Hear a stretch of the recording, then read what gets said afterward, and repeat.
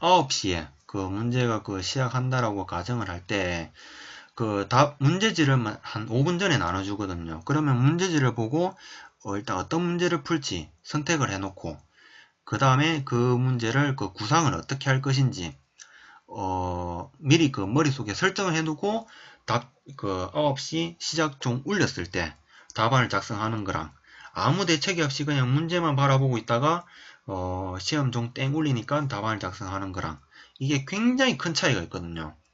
그렇기 때문에 현장 그 일하실 때는 항상 실제 뭐 책을 들고 뭐 현장 가든지 거기에 대해서는 약간 좀 제약사항이 발생을 하기 때문에 계속 그런 식으로 대단원 잡는 연습만 많이 하십시오. 뭐 출퇴근할 때 한 출퇴근 거리가 한 30분, 40분 정도 거리다.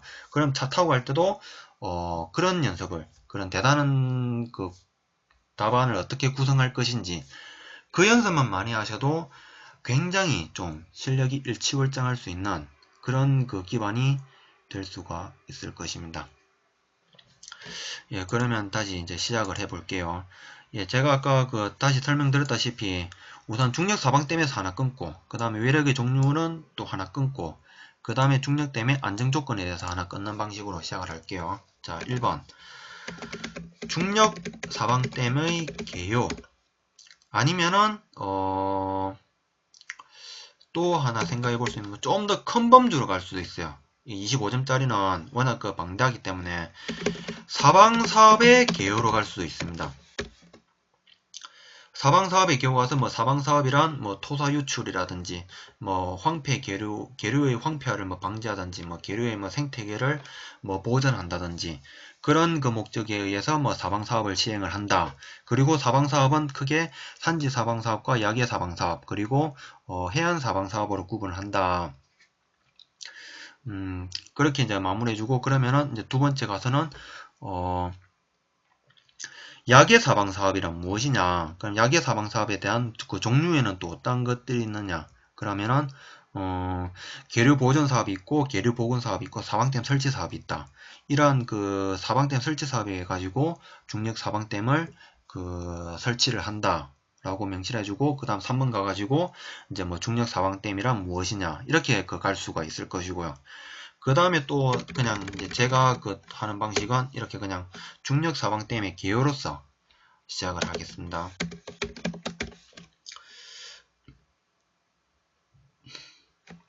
자, 중력 사방댐이란 자중에 의해서 수압이라든지 토압, 이런 그 외력에 저항을 하는 그 형식으로 그 안정을 유지하기 위한 시설이 중력 사방댐이다. 그리고 이러한 그 사방댐은 계류 종횡 침식을 이제 방지를 한다든지, 그리고 이제 뭐 계류 생태계를 보전한다든지 등의 목적으로 시공을 한다. 이렇게 간략하게 저는 이제 기호를 시작을 해줄 것 같아요. 왜냐 그러면은 여기 아까 뭐 사방사업의 기호라든지 뭐 그러면 사방사업의 종류는 뭐가 있고, 그럼 다시 야계 사방사업의 종류는 뭐가 있고, 이렇게 쭉 내려가면 괜찮은데 나중에 이제 조금 이따가 보여드릴 안정조건에 대한 내용이 굉장히 길거든요. 그래서 이제 시간 분배적인 차원도 있고 해가지고 저는 그냥 중력 사방댐의 기호를 시작을 했습니다. 혹시 그 다른 분들 같은 경우에는 혹시 뭐 야계 그 사방 사업에 대한 그 개요로서 시작을 해도 괜찮겠다라고 하시는 분들은 그런 패턴으로 답안을 작성을 하시는 것도 많이 도움되고, 또 본인만의 차별화된 답안을 작성하는데 도움이 되지 않을까, 그렇게 생각을 가지고 있습니다. 그러면 이제 두 번째, 외력의 종류에는 그럼 어떤 것들이 있느냐,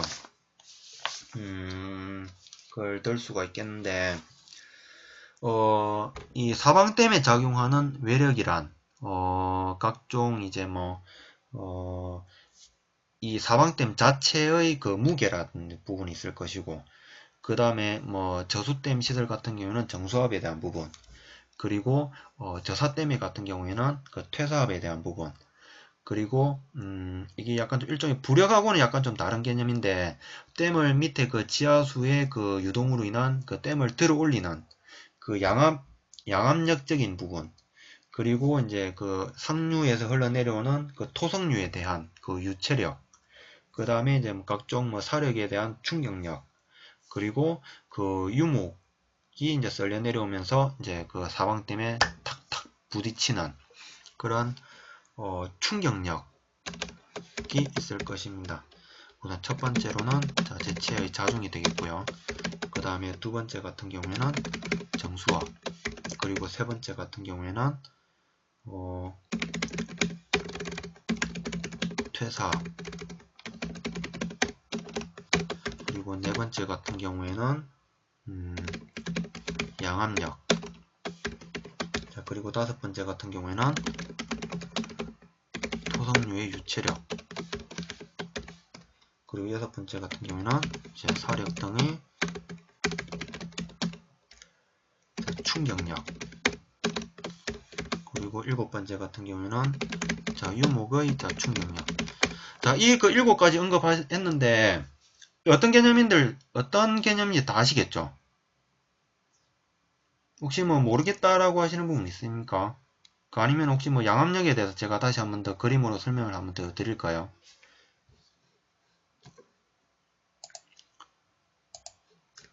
그 양압력이라고 하면은 그 댐의 그 정면도 말고 측면으로 봤을 때 댐이 이제 이렇게가 있겠죠. 예를 들면 뭐 콘크리트 뭐 사방댐이라든지 뭐 전석 사방댐이라든지, 그러면은 이제 보통 보면 여기 안반층 위에다가 이제 시공을 할 거고요. 그러면은 이제 위에 이제 상류에서 이제 그 계류가 이제 흘러 들어가지고 약간 좀 뭐 저수가 된다든지, 아니면은 여기 이제 그 물빼기 구멍을 통해 가지고 그 배출이 된다라든지 그런 부분이 있을 겁니다. 근데 이제 간혹 보면은 여기 이제 그 안반층 사이에 그 지하수가 이제 간혹 흐르는 경우가 있습니다. 이게 이제 부력이라는 개념은 아시죠? 그 부력하고는 약간 좀 다른 개념이라고 하던데, 이런 그 지하수 유동에 의해 가지고 이 댐을 위로 그 들어 올리는 그 방향으로 그 작용하는 힘을 그 양압력이라고 하더라고요. 그래서 이거를 갖다가 이제 나중에 그 이 자체의 그 자중으로서 이제 그 서로 이제 상충 관계에서 이제 그 댐이 그 고정이 되는 그런 역할을 한다라는 거 그 알고 계시면 될 겁니다. 그리고 이제 다시 이제 그 이제 사방 이제 이 그 외력에 대해서 사실 이제 물어보는 문제는 거의 없고, 이제 사방댐의 안정 조건에 대해서 문제가 물어보는 케이스가 많습니다. 뭐 과거에 나온 그 사례가 보면은 뭐 107회, 101회, 98회, 81회, 72회 이렇게 그 안정 조건에 대해서 문제가 나왔는데, 과거에는 그래도 이게 그 안정 조건에 대해서 25점짜리 형태로 문제가 나왔었는데, 지금은 그 이제 그 이게 뭐 빈도가 높아서 그런지, 아니면은 그 대다수 수험생들이 기본적으로 알고 있는 개념으로 들어와서 그런지는 모르겠는데 10점짜리로 나오더라고요. 제가 그 107회 시험 칠 때 그때는 사방댐 그 안정 조건 중에서도 전도에 대한 안정에 대해서 설명을 하는 문제가 있더라고요.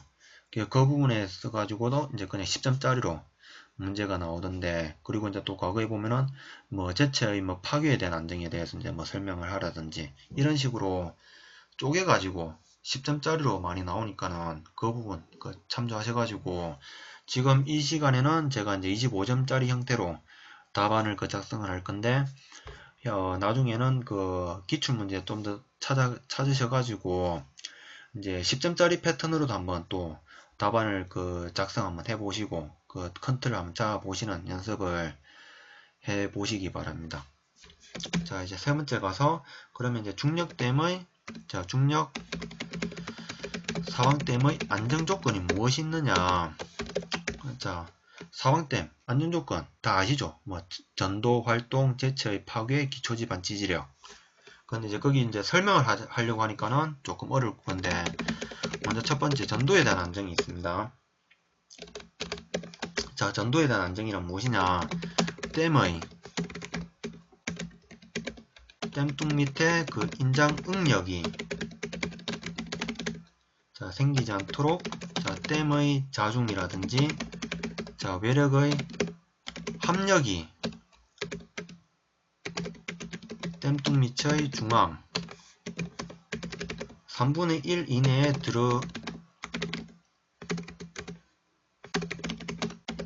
들어오도록 해야 하는 것이 전도에 대한 안정이고요. 그리고 이제 또 부가적인 설명을 더 붙이자면은 이거는 이제 제가 이제 그림으로 이제 설명을 드릴게요. 사방댐에 대한 그 정면도 아닙니다. 측면도를 그 기준으로 해가지고 자 이렇게 그 사방댐이 있습니다. 가운데 이제 그 중심점 자 G가 있을 것이고요. 그리고 여기에 따라서 이제 외력 아까 뭐 7가지 외력 종류가 있었죠. 외력 P가 있을 것이고요. 그럼 이 외력이 이제 그대로 이제 이 방향으로 작용을 할 겁니다. 그리고 이제 여기에 따라서 또 이제 그 외력 P가 작용을 하면은 또 이제 자중 G가 또 작용을 하겠죠. 자중 G가 작용을 할 것이고, 그리고 이제 이 사이에 그 외력 P와 자중 G의 사이에 합력 R이 작용을 할 것입니다. 합력 R, 그러니까 이 합력 이 R이 땜뚱 밑을 갖다가 3등분 해가지고 그 3분의 1 이내에 그 들어오도록 해야지. 이게 만약에 뭐 합력이 뭐 댐 바깥으로 작용을 해버린다든지 그러면은 나중에 댐이 넘어가 버리겠죠. 그 부분을 그 염두에 두는 겁니다. 그래서 여기에 작용하는 힘 보면은 이제 또 댐을 이제 들어 올리는 힘, 이 M이 있고요. 그리고 이 M이라는 것은 이 댐 가장자리부터 이 중앙까지 작용하는 L까지의 거리에 따라서 이게 그 전도에 대한 부분이 그 결정이 될 겁니다. 그러면은 다시 설명을 드리면 외력 P가 있고 자중 G가 있고, 그리고 외력 P와 자중 G의 사이에 합력 R이 작용을 하고, 그리고 댐 그 아랫부분에 보면은 댐을 이제 들어 올리려고 하는 이 M의 힘이 가해질 거고요. 그리고 이 M의 힘이라는 것은 그 댐 중앙으로부터 댐 가장자리까지 그 임의의 거리 그 L을 그 기준으로 해서 그 바뀐다라는 거, 그렇게 하시면 될 거예요. 그러니까 그 간략하게 설명을 드리자면은 이 합력알은 무조건 땜뚱 및 그 이걸 CD로 잡을게요. CD 내에 있는 것이 그 전도에 대해서 안정을 하지, 만약에 이 합력알이 그 CD 바깥쪽에 작용해버리면은 댐이 넘어간다는 사실 그 아셔야 될 겁니다. 그래서 이제 이걸 갖다가 이제 저항 모멘트라는 표현이 있고 전도 모멘트라는 게 표현이 있는데, 저항 모멘트라 하면은 이 자중 G하고 이 거리 L에 대한 그 곱의 값이 그 저항 모멘트가 되겠고요. 그 다음에 전도 모멘트는 이 외력 P하고 이 댐을 들어 올리려고 하는 이 M의 곱이 서로 그 상충 그 관계에 따라서 만약에 전도 모멘트가 더 크다면은 이 댐은 전도에 대해서 안정이 될 거고요. 그 다음에 저항 모멘트보다 전도 모멘트가 더 크다 그러면은 이 댐이 그대로 넘어가 버리는 그런 그 현상이 발생을 할 겁니다.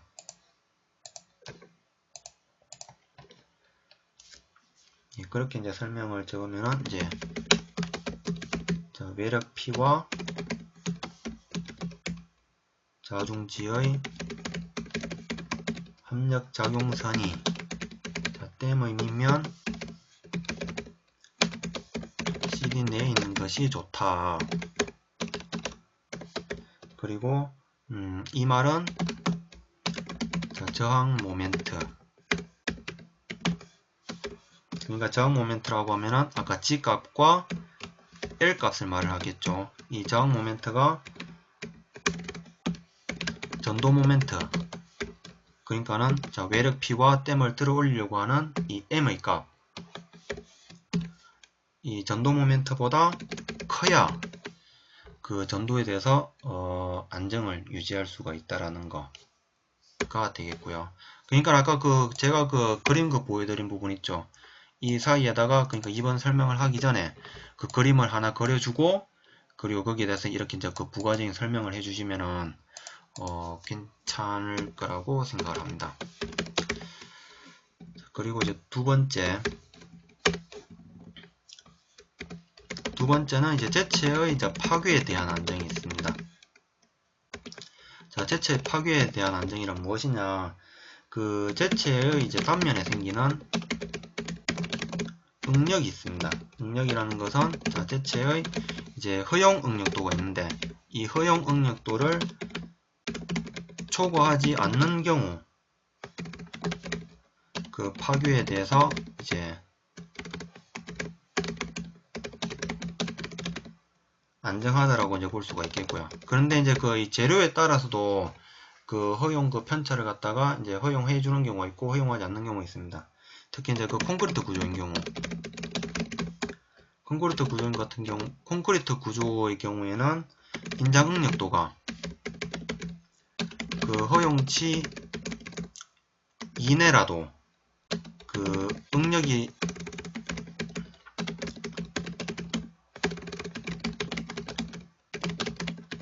자, 생기지 않도록 하는 것을 이제 원칙으로 한다는 점, 자, 명시해 두시고요.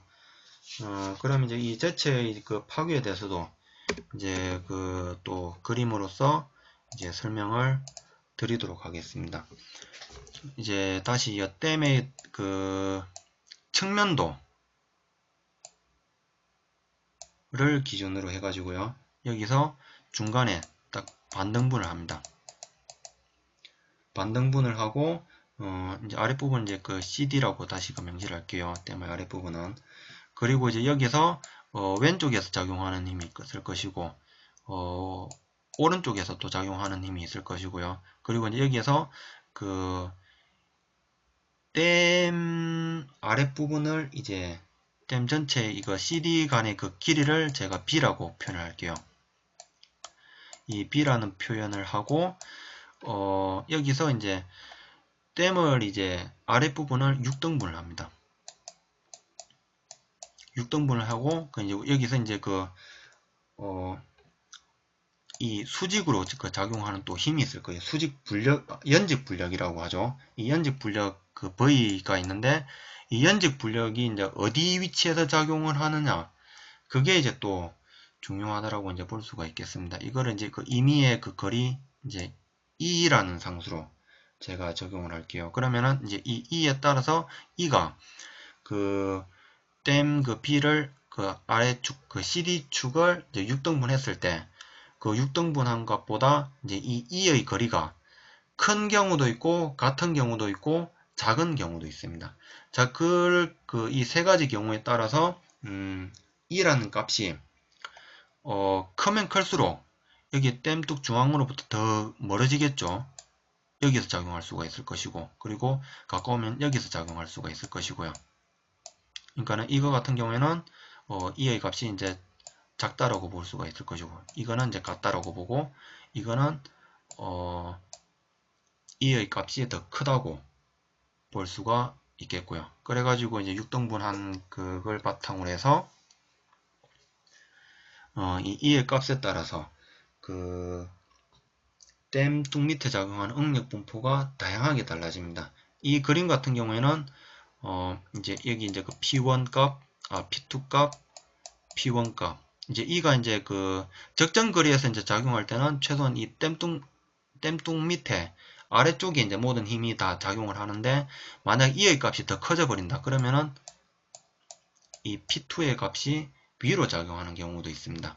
이 부분에는 이제 위로 작용한다는 말은 댐 자체가 이제 응력이 생기고 또 거기에 따라서 이제 뭐 전도까지 일어나는 그런 상황까지 가버리기 때문에 이 E의 값을 이제 어떻게 설정해 주느냐, 이게 또 사왕댐을 설계하는 데 있어서 굉장히 중요하지 않을까, 그렇게 지금 생각을 하고 있고요. 그리고 자세한 이 그림 부분은 그 제 블로그에 보시면은 그 있으니까 한번 활용해 보시고, 아니면은 그 산림 그 공학 책에 여기에 대한 설명이 잘 되어 있습니다. 그림도 있고 그 부분도 그 활용을 해 보시면 될 거예요. 자, 이렇게 갔으면은, 그럼 이제 그 그림을 이제 그렸다고 이제 가정을 할 때, 자, 이제 또 세 번째 설명. 그러면은 이 아랫부분을 작용하는 힘, 연직불력이라고 그랬죠. 연직불력 V가 댐뚝 밑부분, 그러니까는 CD의 중심으로부터 그 임의의 거리, 자, 이 까지의 거리에 작용하는 경우에 있어서 땜뚱 밑의 자, 응력 분포는 어떻게 이루어지는지에 대해서 또 이제 또 그 기술을 해줄 필요가 있을 거예요. 여기서 이제 시건, 아까 제가 그 땜뚱 밑을 그 작용할 때 여기 그 P1 값이 있고 그 P2 값이 있다 그랬죠. 그러면은 여기서 P1 값은 어떻게 계산하고 P2 값은 어떻게 계산하는지, 자, P1이라는 값은 그 땜뚱 및 그 CD의 길이, 그러니까 B라고 했죠. B랑 그 연직 불력의 힘, 그 V를 나눠주고요. 그리고 여기에다가 1 플러스 그 역시 그 땜뚱 밑을 이제 6등분한 그 값을 이제 더해주는 방식으로 이렇게 계산하고요. 그 다음에 P2의 값은 역시 땜뚱 밑 분의 연직 불력 V로 나눠주고, 그 다음에 여기서 1에다가 그 이 땜을 그 6등분한 그 값을 빼줍니다. 이런 식으로 해주고, 이제 여기서 이제 그 식에다가 1을 6분의 그 B라는 값을 대입을 해준다면은, 그러니까 여기에다가 6분의 B를 대입을 해주고, 여기다가 6분의 B를 대입을 해주면은, P1 값은, 그러니까는 아까 그 임의의 거리 E라는 거리가 그 딱 그 6등분한 거리하고 똑같다라고 가정을 할 때 그 계산을 한다는 걸 말합니다. 그 P1 값은 2V per B가 될 것이고요. P2는 제로 값이 나오기 때문에 안정적이다 라고 될 수가 있는데, 만약에 P2 값이 0보다 이상이 된다, 그러니까는 이 위쪽으로 작용을 해버린다 라고 가정을 할 때는 제체의 파괴에 있어서 그 사망댐의 그 안정조건을 그 충족하지 못하니까는, 예, 이 부분 충분히 그 염두에 두시고 이 부분도 같이 아까 그 여기 아랫부분에다가 그 이 식을 적어 주시면은 괜찮을 겁니다. 그리고 이제 이렇게 이제 그림을 그리는 부분이 이제 끝났으면은, 그럼 이제 마지막에 마무리 설명이 이제 필요하겠죠. 이제 제체 부응력이 이제 생기지 않게 하기 위해서는 원칙적으로 이 E라는 값이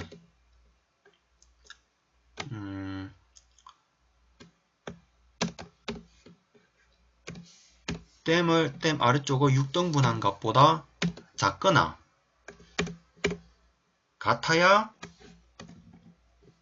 같도록 해야 한다는 점 언급해 주시고요. 그 다음에 이제 합력의 작용선과 댐뚱 밑의 즉 교점이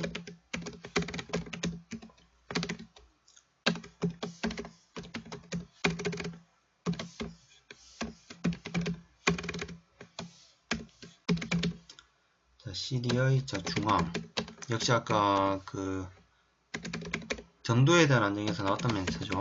3분의 1 이내에 있는 경우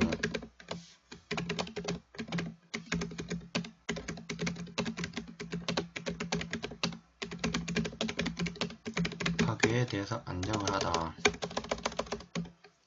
라고 이제 이렇게 그 제체의 파괴에 대해서 이제 설명을 해 주시면 될 겁니다. 이 제체의 파괴 3번. 잠시만요. 제가 그 활동에 대한 안정 설명 안 했죠? 바로 넘어온 것 같네. 예, 그러면 이제 이렇게 그 제체 파괴에 대해서 안정은 이렇게 된다라는 거 아시면 되고, 그 다음에 그러면 이제 다시 3번으로 가가지고 이제 활동에 대한 안정 부분에 대해서 설명을 드릴게요. 그러면 이제 활동에 대한 안정이 있습니다.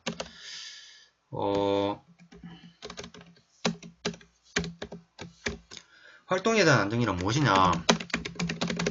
댐의 모든 부분이 이제 활동에 대해서 그 안전해야 한다는 거. 그리고 이제 여기에 대해서도 이제 그 그림이 있는데, 다시 이제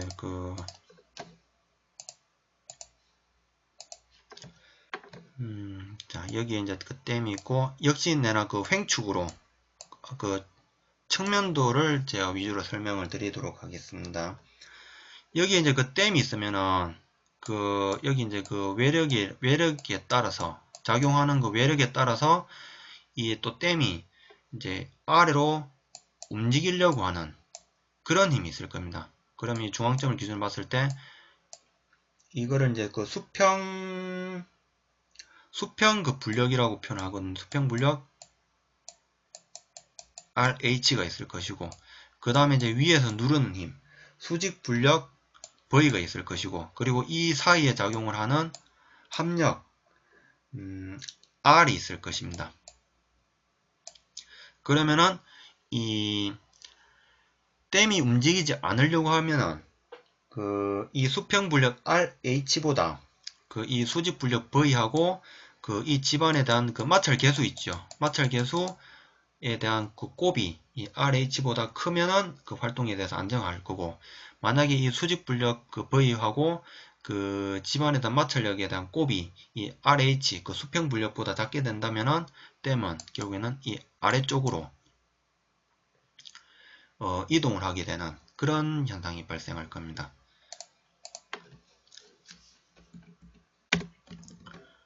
그렇게 하셔가지고 그러면은 이제 여기에 그 그림 그려주시고, 이제 설명적인 측면에서는 댐 밑면에 대한 이제 마찰 저항력, 그러니까는 그 합력 R의 자 수직 불력 V와 그리고 자 기초 집안의 마찰 계수 자 F의 자 곱이 그 합력 R의 수평 불력이죠. 수평 불력 RH보다 클 필요가 있다.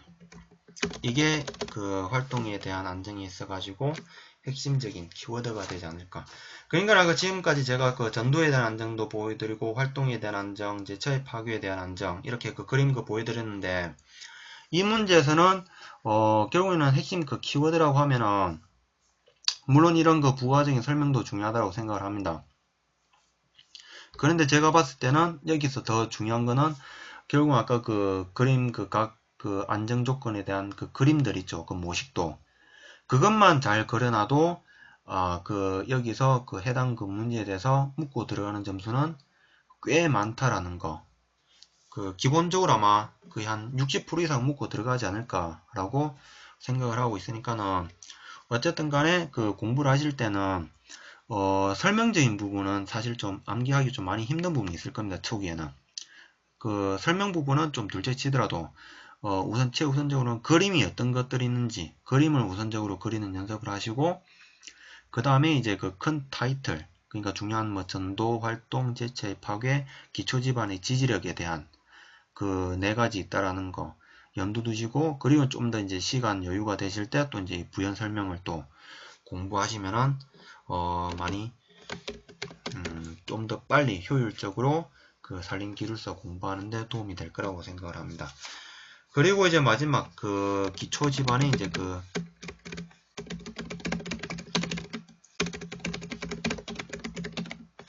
지지력에 대한 안정이 있습니다. 기초 집안에 대한 그 지지력에 대한 안정은 이제 딱히 이제 뭐 그림을 그릴 만한 건 없고요. 이제 그 기초 집안의 지지력이라면은 우리가 댐을 보통 안 칠 때 이제 그 기초 부분을 보통 암이 있는 지역을 많이 이제 설치를 하지 않습니까? 그 암이 있는 부분을 이제 그 설치를 하는데, 그 경우에 따라서는 암이 없는 경우도 많아요. 이제 그 재질에 따라서 뭐 경암이라든지 뭐 연암, 그 다음에 뭐 자갈층, 그 다음에 뭐 조사, 이런 거에 따라서 그 댐의 그 하중이 댐의 하중을 견딜 수 있는 힘도 달라질 것이고요. 그리고 여기에 따라서 그 사방댐에 대한 그 재질을 선정을 하고 그런 그 부분에서 중요한 역할을 하니까는 예, 중요한 역할을 한다는 점 예, 아시면 될 것 같습니다. 그럼 첫 번째 역시 그 땜뚝 밑에 대한 응력이라 그러죠. 응력 P라고 하겠습니다. 응력은 자, 기초 집안의 이제 반력으로서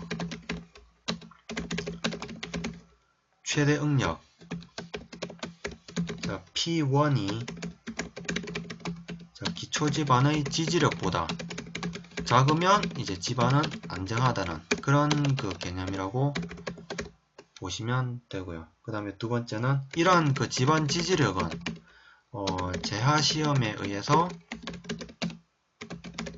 측정을 하는 것이 이제 원칙이라는 게 있을 것이고요. 혹시 그 재하 시험이 무엇인지 혹시 그 아시는 분 계십니까? 재하 시험 이것도 검색해보면 나올란가요? 이거 저도 이제 그 지지력을 공부하면서 아직까지도 이 세부적으로는 깊이 있게 좀 들어가는데 약간 좀 한계를 좀 많이 느끼곤 합니다. 이 부분은 그 개인적으로 혹시 공부하시면 될 것 같고 그러면 그 이러한 그 이제 집안의 그 허용 지지력에 있어서 표준값은 어떤 것들이 있는지 자 경함인 경우에는 뭐 200에서 한 300톤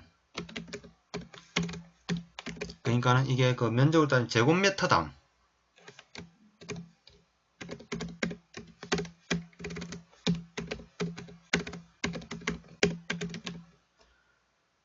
제곱미터당 그 200에서 300톤까지 허용이 가능할 거고 그 다음 이제 연암의 경우에는 70에서 이제 160톤 그 다음에 이제 다짐이 양호한 자갈청의 경우 70에서 110톤 그리고 이제 조사 자갈청의 경우에는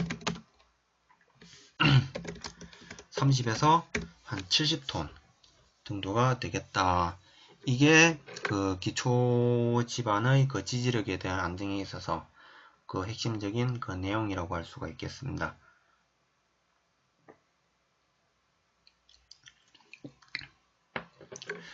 그러면 이제 이렇게 이제 그 세 번째까지 그 이제 문제에서 요구했던 그 사방댐의 안정 조건까지 이제 내려왔고요. 그 다음에 이제 뭐 4번으로 가서는 사실 여기에 대해서는 이게 뭐 문제라든지 뭐 계산 사항이라든지 그런 그 부분을 파악하는 데 있어 가지고 사실 제가 봤을 때는 그냥 단지 이 이론에 대해서만 그 충분히 이해를 하고 있어도 어느 정도 도움이 되지 않을까라고 생각을 하고 있어. 아니면은 굳이 그 사례를 좀 붙인다고 하면은 사례 뭐 예를 들면은 뭐 사방댐 사방댐 설치 사업 뭐 실시 설계 뭐 용역 그리고 뭐 발주처 뭐 경남 뭐 산림환경 연구원 그 본 이제 책임 기술자로서 이제 그 사방댐을 이제 설치를 해보니까는 이제 설계를 함에 있어서 이제 그 집안에 대한 조금 이제 그냥 문제점으로 한다면은 문제점에 대해서 우리가 이제 집안 상태를 이제 고려함에 있어 가지고 정확한 측량에 의한 방법보다는 추정에 의해서 그 설계가 이루어진다는 것이 현재 현실이다. 근데 이렇게 그 추정을 함으로 인해 가지고 그 시공 사업을 하는 경우에 그 사방댐의 그 위치가 다시 이제 변경이 된다든지 하는 변경되는 부분이 발생을 하더라. 그래서 뭐 앞으로 뭐 개선 방안에 대해서는 이러한 그 사방댐을 설계를 함에 있어서 그 현행 그 설계 그 용역비가 그러니까 지금 이 부분에 대해서는 지금 기초지반의 지지력에 대한 안정에 대한 설명이 되겠죠. 그리고 여기에 대해서는 그럼 설계 용역비가 일반 그 토목 사업비 규모에 따라서 그 책정이 되는 부분이 있는데, 이 부분도 이제 일반적으로 이제 향후 앞으로 이제 산림 사업이 발전하기 위해서는 이 설계 용역비가 세부적으로 뭐 청량에 대한 뭐 사항이라든지 뭐 이런 뭐 내역적인 뭐 사항이라든지 이런 부분을 종합적으로 그 세분화해서 그 항목을 정해가지고 사업비를 산정할 필요성이 있겠다라는 부분이 그 좀 좋겠다라는 식으로 그 개선 방안을 제시를 하면은 괜찮지 않을까 생각을 해요. 그러면 마지막 5번 이제 결론에 와서는 예, 저는 그 107회 학기 갈 때 그렇게 다 넣었습니다. 그 용역명도 적고 그 밑에 이제 그 사업명 그 발주처도 적고요. 그리고 거기에 대해서 어떻게 했다라는 식으로 그렇게 하다 보면은 예, 그렇게 하면서 그 하다 보니까는 이제 그 문제가 보면은 제가 처음에는 단순히 그 이론적인 부분만 그 생각을 했었는데, 향후 이제 그 계속 이제 실무적인 부분을 대입을 하다 보니까는 결국에는 제가 다 사업을 해본 부분이더라고요. 예, 그렇기 때문에 그 구월사님도 그 이 공부를 하실 때 계속 그 이론 그 문제가 있으면은 그 문제 그 사례 위주로 그 계속 그 답안을 그 복기를 하고 그 피드백하는 방식으로 공부를 하시는 게 많이 도움이 될 거예요.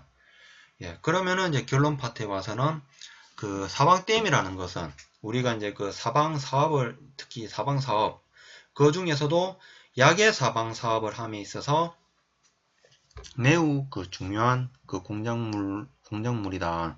특히 이제 뭐 종양 침식을 방지한다든지 뭐 계류 생태계를 보존함에 있어서. 그런데 이런 부분에 대해서는 좀 더 이제 산림 사업이 좀 더 대외적으로 뭐 신뢰도 향상 부분도 고려를 해야 된다라고 생각을 한다면은 기초 측량부터 좀 더 체계적인 시스템으로 그 구축이 되어야 되지 않을까 그 생각을 한다라는 식으로 마무리를 지어주면 어떨까 그렇게 예, 생각을 하고 있습니다. 예, 이렇게 그 지금 그 중력 그 사방댐에 대한 그 문제는 그 마무리를 하겠고요. 야, 이게 아까 그 10시 한 16분쯤에 시작을 했었는데, 아, 이걸 일일이 막 쓰면서 하니까 시간이 좀 되게 오래 걸리네요. 이거를 만약에 그냥 이거 지금처럼 계속 이렇게 쓰면서 하는 게 낫겠습니까? 아니면은 그냥 이렇게 큰 타이틀만, 뭐 1번 뭐 중력 사방댐의 개요, 뭐 2번 외력의 종류, 뭐 3번 그 안정 조건, 4번 뭐 사례, 5번 결론 부분만 적어주고 나머지는 그냥 제가 그냥 육성으로만 설명을 해주는 게 나을까요? 어떤 게 괜찮겠습니까? 지금 오늘 지금 약수령 4문제, 서술형 한 문제 하니까는 이렇게 바로 그거 거의 2시간 오버됐는데 일주일에 화요일, 목요일 2번요.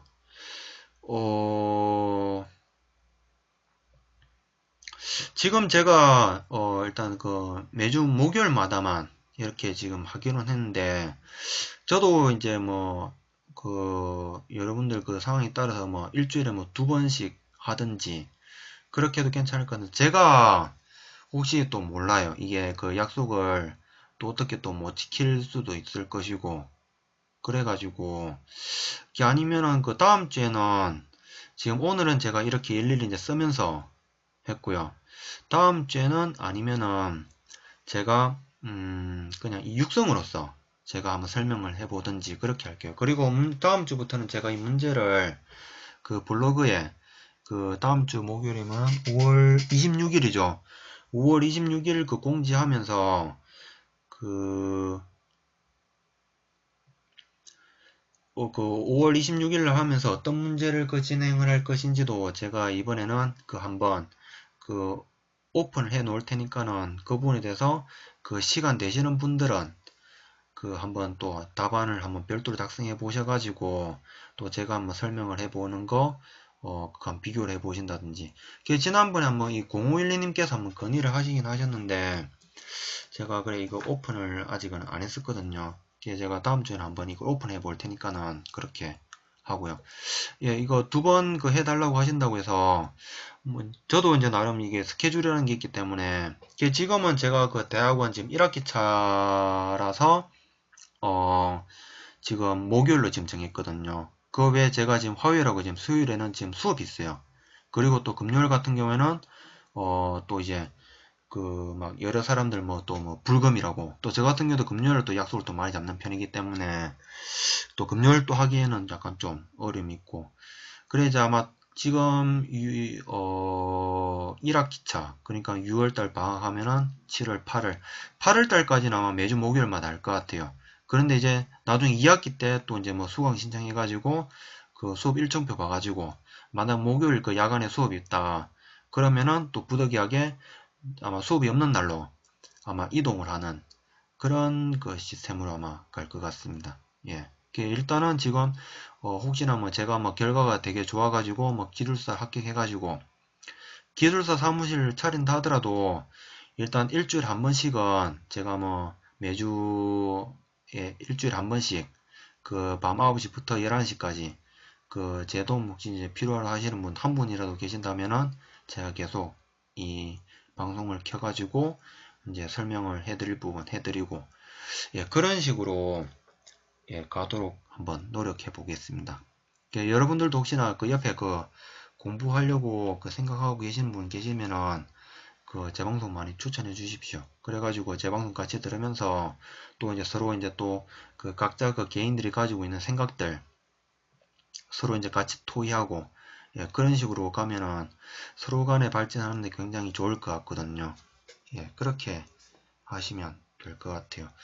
일단 오늘은 지금 11시가 넘었으니까 오늘은 일단 그 약수령 4문제랑 그 서술형 1문제로 예, 끝내는 걸로 예, 그렇게 제가 마무리할게요. 다음 주에 그 오늘 그 서술형 그 8문제 못했던 거 또 다음 주 또 2시간 또 활용해 가지고 그 오늘 마저 못했던 부분 또 추가적으로 계속 설명할 수 있도록 예, 그렇게 그 진행을 할 거고요. 전화번호는 조금 제가 좀 하겠네요. 물론 이제 혹시 그 중간에 그 질문하실 때 그 전화 좀 도움 요청하시려고 그런 부분 계신 거죠. 예, 저도 이제 그 전화를 좀 알려드려가지고 혹시나 뭐 궁금하신 부분 있으면 좀 알려드리고 그렇게 하면 될 것 같은데, 이제 저도 이제 저 개인의 그 업이라는 게 있기 때문에 계속 막 그 본인한테는 그 한 명 한 명일지 모르겠지만 막 여러 사람들한테 전화가 오면은 좀 저 개인 그 업을 하는데 약간 좀 지장이 있을 것 같아 가지고 예, 전화번호는 좀 지양을 하도록 하겠습니다. 그 메일로는 그 보내주시면은 제가 이제 그 봐가지고 그 별도로 이제 그 시간 날 때마다 그 답을 해드리는 식으로 하든지, 아니면은 그 별도로 그 질문하실 부분을 별도로 메모를 해 두셨다가 또 그 이 방송할 때 그 질문을 하신다든지, 예, 그런 식으로 한번 진행을 해 보도록 할게요. 예. 예, 오늘 또 이 2시간 또 넘는 시간 동안 이렇게 또 이렇게 또 스터디 참여하시느라 또 많이 수고하셨습니다. 예, 저도 많이 참고해 주셔가지고 고맙고요. 예, 그러면은 오늘 방송은 그 여기까지 할게요. 예, 오늘 그 수고하셨고요. 그 다음 주에 그러면은 다음 주 목요일 또 9시에 뵙도록 하겠습니다. 예, 감사합니다.